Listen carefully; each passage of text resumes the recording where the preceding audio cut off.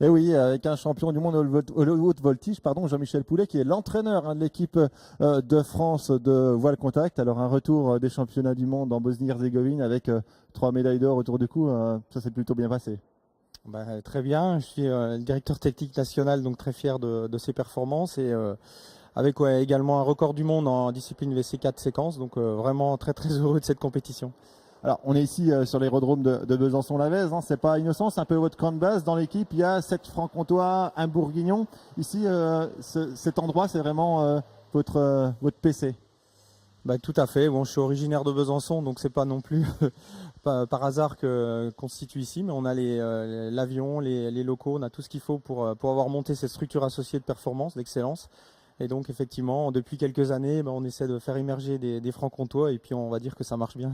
Alors, on parle de parachutisme, plus précisément de voile contact. Alors, la voile contact, de quoi il s'agit pour les non-initiés? C'est quoi le but du jeu?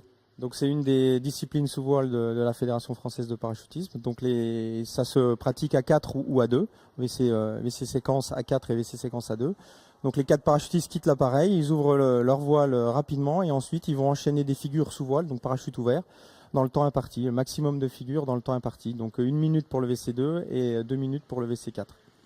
Avec dans l'équipe aussi des féminines, et ça c'est quelque chose qui prend une place de plus en plus importante, avec des titres de champion et de championne du monde, c'est justement là en Bosnie. Complètement, ça fait déjà quelques années qu'on essaie d'intégrer des féminines et dans tous les collectifs France, puisque c'est des disciplines mixtes. Et puis on va dire que ça a bien marché, les filles sont vraiment adhérées au projet, ont montré qu'elles étaient aussi capables que les garçons de performer.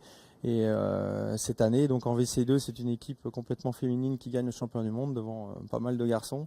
Donc c'est un peu une grosse Ça veut nouveauté. dire qu'elles ont quelque chose en plus aussi et qu'elles ont pas des avantages, mais des capacités particulières par rapport aux garçons.